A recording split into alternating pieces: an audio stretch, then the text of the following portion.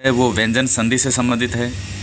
इससे पहले की वीडियो में मैं दीर्घ संधि और जो बाकी के 4 प्रकार हैं संधि के, स्वर संधि के, गुण संधि, वर्धी संधि, यण संधि और अयादि संधि, उनके 2 वीडियोज़ मैं आपके सामने अपलोड कर चुका हूँ। और देखिए, संधि आपके सामने मैं बहुत डिटेल में रख रहा हूँ, क्योंकि पूरी हिंदी व्याकरण का आधार है संधि। यही कारण है कि एक एक चीज़ मैं आपके सामने रख रहा हूँ। तो आप इसी प्रकार से अच्छे से इनको पढ़ते जाइएगा और साथ में इनके नोट्स बनाते जाइए।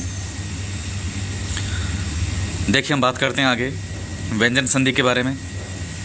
देखिए, व्यंजन संधि क्या होती है कि जब किसी व्यंजन के आगे स्वर या व्यंजन, इन दोनों में से कोई भी आए और उसके कारण जो विकार उत्पन्न होता है या जो परिवर्तन होता है, उसे कहा जाता है व्यंजन संधि। व्यंजन 33 होते हैं, 33, और स्वर जो होते हैं वो 11 होते हैं। ये हम पढ़ चुके हैं।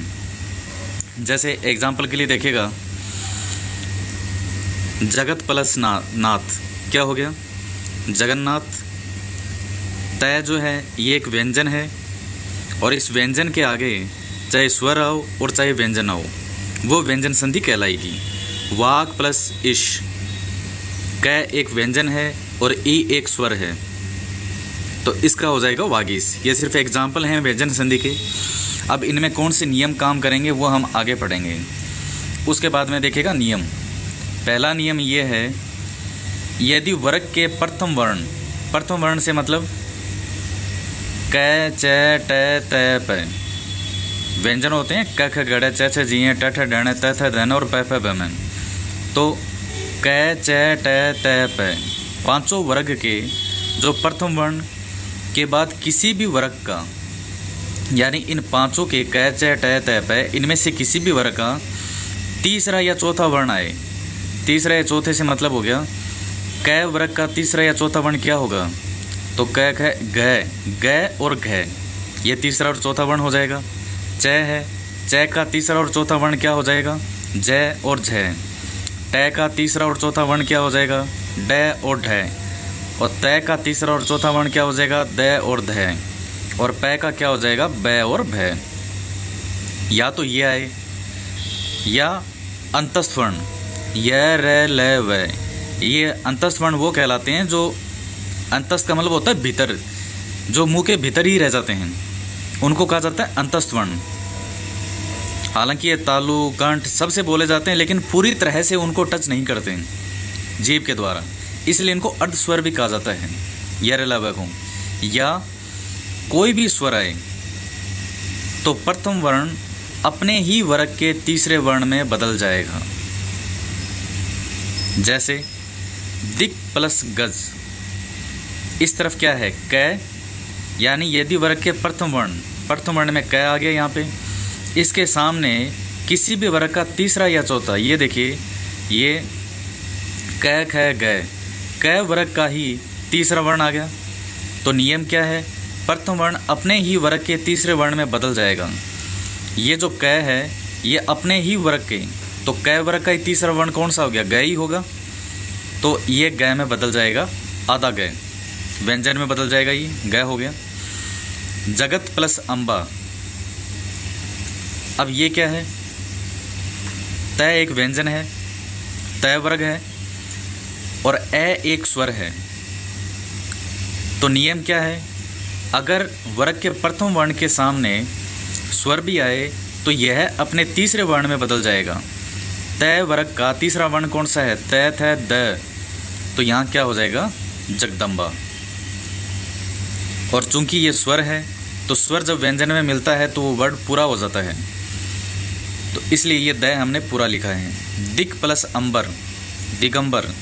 अच प्लस अंत, अजंत। दिक प्लस गज, दिग्गज हो गया। जगत प्लस इश, जगदीश। ऋग प्लस वेद, ऋग्वेद।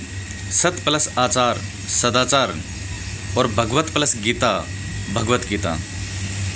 तो ये व्यंजन संधि का पहला नियम है। हम बाद में और भी प्रैक्टिस सेट करेंगे इस व्यंजन संधि के। अब पढ़ते हैं इसका नेक्स्ट नियम। नियम संख्या 2 क्या है? यदि वर्ग के प्रथम वर्ण प्रथम वर्ण आप सभी जानते हैं क्या होगा। जैसे क वर्ग है तो क वर्ग का मतलब होगा क ख ग घ ड़, और इसका प्रथम वर्ण यानी क।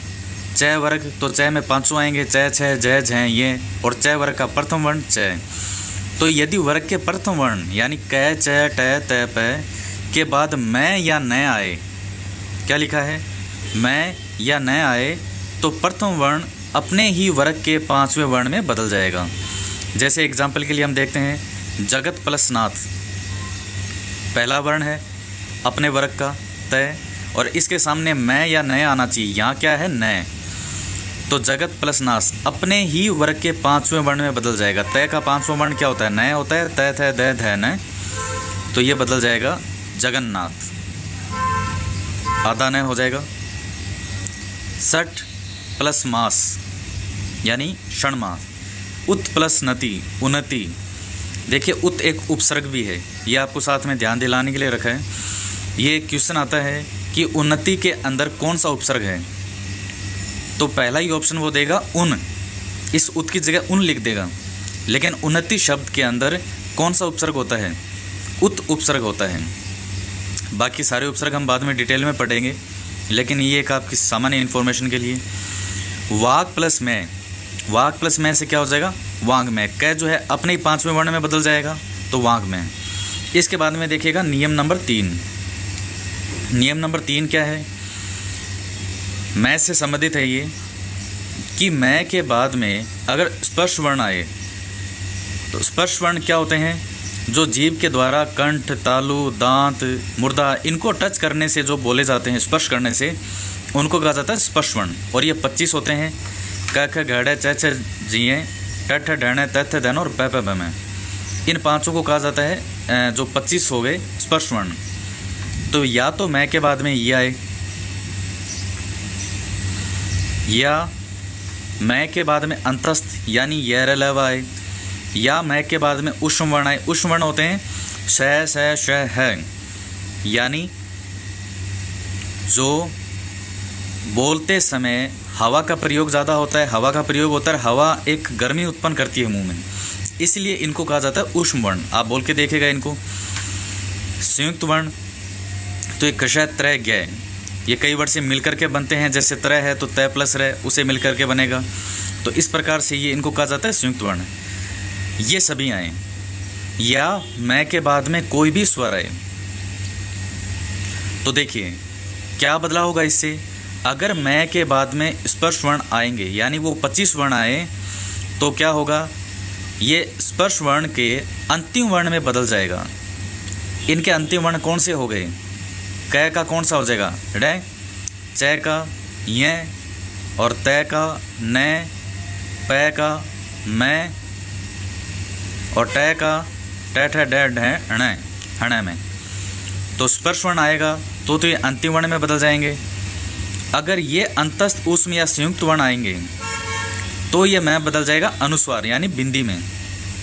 और अगर मैं के बाद में स्वर आ जाएगा तो हमें स्वर को और इस मैं को दोनों को जोड़ना है, ये मैं का नियम है। एग्जाम्पल के लिए देखिएगा सम प्लस जय। अब इसमें देखिएगा मैं आ गया, इसके बाद में जय कौन सा है, स्पर्श वर्ण है इन 25 वर्णों में से। तो जब ऐसा होगा तो क्या हो जाएगा, ये उस स्पर्श वर्ण के अंतिम वर्ण में बदल जाएगा। जय वर्ण वाला जो है इसका अंतिम वर्ण कौन सा होता है, च छ ज झ य। तो ये देखिए ये मैं यहाँ किस में बदल गया, य में, तो ये होगा संजय। इस प्रकार से लिखा जाता है। सम प्लस वाद यानी संवाद, तो देखिएगा सम ये मैं आ गया इसका, उसके बाद में ये आ गया अंतस्थ वर्ण वह, ये रे लव का वह, तो इन दोनों से मिलकर के होगा। तो हमने आगे लिखा है कि अगर ये आएंगे तो ये अनुस्वार में बदल जाएगा। तो ये किस में बदल जाएगा, ऊपर बिंदी आ जाएगी संवाद। सम प्लस आचार, मैं के बाद में स्वर आ गया तो हमने कहा कि दोनों को जोड़ देंगे, समाचार। अलम प्लस कार, तो देखिए ये बहुत अच्छा एग्जाम्पल है। सम प्लस कल्प, संकल्प। सही उच्चारण तो यही लिखने का है। जैसे हम संकल्प लिखते हैं तो सामान्यतः क्या करते हैं, सह के ऊपर बिंदी लगा देते हैं। वो हम लोगों ने सुविधा के हिसाब से बना लिए हैं वर्ड, लेकिन हकीकत के अंदर शुद्ध वर्ड वो नहीं होता, ये होता है। अलम प्लस कार, मैं और मैं के बाद में ये 25 स्पर्श वर्ण में से क आ गया, तो मैं क्या होगा, ये इन्हीं क के 5वें वर्ण में बदल जाएगा। 5वां वर्ण इनका कौन था, ये है अलंकार। सम प्लस कल्प का क्या हो जाएगा, संकल्प। तो ये तीसरा नियम हो गया। इसके बाद में आता है फोर्थ नियम। फोर्थ नियम में क्या है कि शय जो है, समाचार पत्र वाला शय, ये या इस तय वर्ग के आगे, तय वर्ग से मतलब हो गया तय थे द ध न, जहाँ वर्ग लिखा आएगा यानी उस वर्ग की वो 5 अक्षर आएंगे उसके, इनके आगे श यानी जो सलगम वाला है या तो वो आए या च वर्ग, च छ झ झ या ये 5 वर्ग आए, यानी स वर्ण या तय वर्ग, इसके आगे ये श या च आए तो क्या बदलाव होगा, स जो समाचार पत्र वाला है ये श सलगम वाले में बदल जाएगा, और जो तय है ये बदल जाएगा च। अब देखिएगा कैसे, निस प्लस चित यानी निश्चित, पहले श है, इस श के बाद में च वर्ग, तो च का च वर्ग आ गया, तो हमने कहा है कि श किस में बदल जाएगा, इस श सलगम वाले में बदल जाएगा, निश्चित हो गया। उत प्लस चारण, तय है, तय के बाद में च आ गया, तो तय किस में बदल जाएगा, इस आधे च में बदल जाएगा, तो हो गया उच्चारण। सत प्लस जन, तो देखिए व्यंजन संधि का जो पहला नियम है वो भी यहाँ काम करेगा कि किसी भी वर्ग का जब तीसरा या चौथा वर्ण आए तो वो अपने ही वर्ग के तीसरे वर्ण में बदल जाएगा, ये हमने पढ़ा था। तो पहले इसका क्या बदलाव होगा, सद प्लस जन, और फिर ये देखिए ये नियम में बदलाव हो जाएगा सज्जन। उसके बाद में है दुस प्लस शासन, तो देखिए ये श के सामने ये श आ गया, तो ये श किस में बदल जाएगा, शलगम वाले में, दुस्शासन। हम सीधा ही बोलते हैं दुस्शासन, तो हकीकत में क्या है, दुस्शासन। उसके बाद में है उत प्लस ज्वल, यानी सीधा ज्वल भी है इसका उज्ज्वल, और संधि के पहले नियम के अनुसार अगर किसी भी वर्ग के सामने तीसरा या चौथा वर्ण आए तो वो अपने ही वर्ग के तीसरे में बदल जाएगा, तो उत प्लस जय, तो क्या हो जाएगा, उद प्लस ज्वल, और ये क्या हो जाएगा फिर उज्ज्वल। इसके बाद में हम बात करते हैं नियम नंबर 5 के बारे में। यदि तय प्लस है, अगर तय के सामने है आए तो तय तो बदल जाएगा द में, और है बदल जाएगा ध में। द आधा होगा और ध पूरा होगा, कैसे, उत प्लस हार, तो तय के सामने है तो तय हो जाएगा आधे द में और ध पूरा, यानी उद्धार। पत प्लस हति पद्धति, तत् प्लस हित तद्धित। उत प्लस हरण उदाहरण। तो ये 5 नियम हो चुके हैं संधि के। अब पढ़ते हैं नेक्स्ट नियम के बारे में।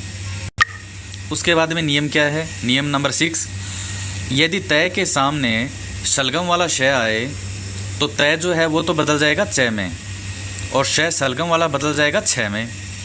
अब कैसे, यानी अगर तय के सामने शलगम वाला श आए तो तय च में बदल जाएगा और श शलगम वाला छ में बदल जाएगा।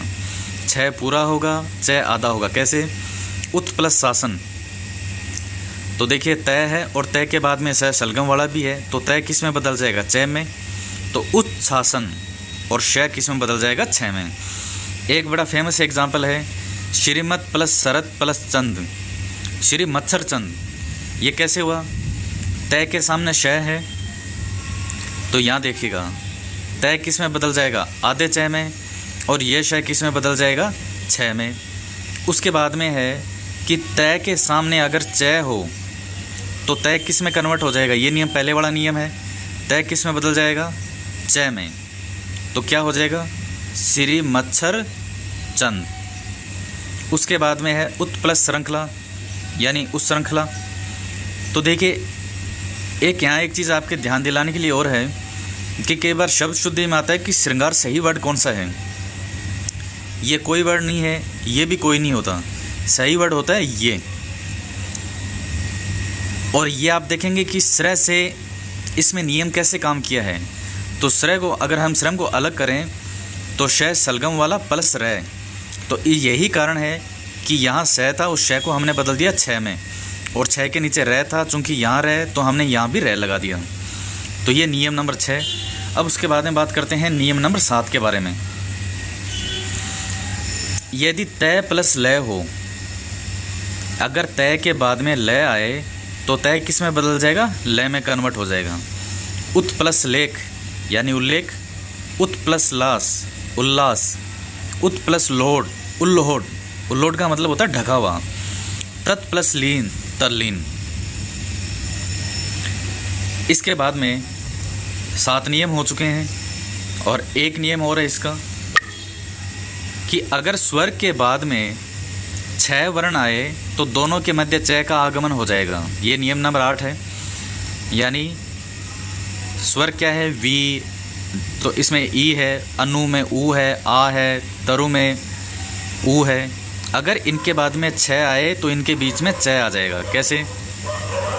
वी प्लस छेद विच्छेद, ये देखिए च आ गया इसमें, च व्यंजन। अनु प्लस छेद अनुच्छेद, आ प्लस छादन आच्छादन, और तरु प्लस छाया तरु छाया। तो इस वीडियो में इस प्रकार से ये व्यंजन संधि है, ये हमने समाप्त की है, और सभी व्यंजन संधि के जितने भी महत्वपूर्ण नियम हैं वो मैंने आपके सामने रखे हैं।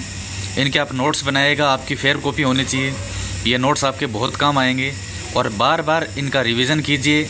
और प्रैक्टिस सेट आपके पास जो भी प्रैक्टिस सेट हो, जो भी हिंदी की बुक हो, उसके अंदर इनके जो एग्जाम्पल हैं उनको ज़्यादा से ज़्यादा सोल्व करें आप। सबसे पहले तो आपको नियम याद होना चाहिए, ये प्राथमिकता है, और नियम याद होने के बाद में आपको प्रैक्टिस सेट इनके ज़्यादा से ज़्यादा एग्जाम्पल निकाले हैं। नेक्स्ट वीडियो में हम विसर्ग संधि के बारे में पढ़ेंगे, और देखिए इस संधि में आपको बहुत डिटेल में पढ़ा रहा हूँ। इसके साथ ही ज़्यादा से ज़्यादा अपने मित्रों को जोड़िए इस चैनल से, ताकि सभी को इसका लाभ हो सके। और हिंदी आपके हर एग्ज़ाम में आएगी, चाहे वो सब इंस्पेक्टर का एग्ज़ाम हो, चाहे आरएस का हो, चाहे फर्स्ट ग्रेड हो, चाहे रीट हो, हर एग्ज़ाम के अंदर हिंदी आएगी। इसके बाद में विसर्ग संधि पढ़ाऊँगा मैं। तो इसी प्रकार इनका रिवीजन करते रहिए, अच्छे से मेहनत करते रहिए। इस समय की जो मेहनत है वही आपके काम आएगी, ये बात मैं आपको बार बार बोल रहा हूँ। इस समय आप जितनी मेहनत करेंगे, तो इसी के साथ ही मिलते हैं नेक्स्ट वीडियो में। जय हिंद, जय भारत।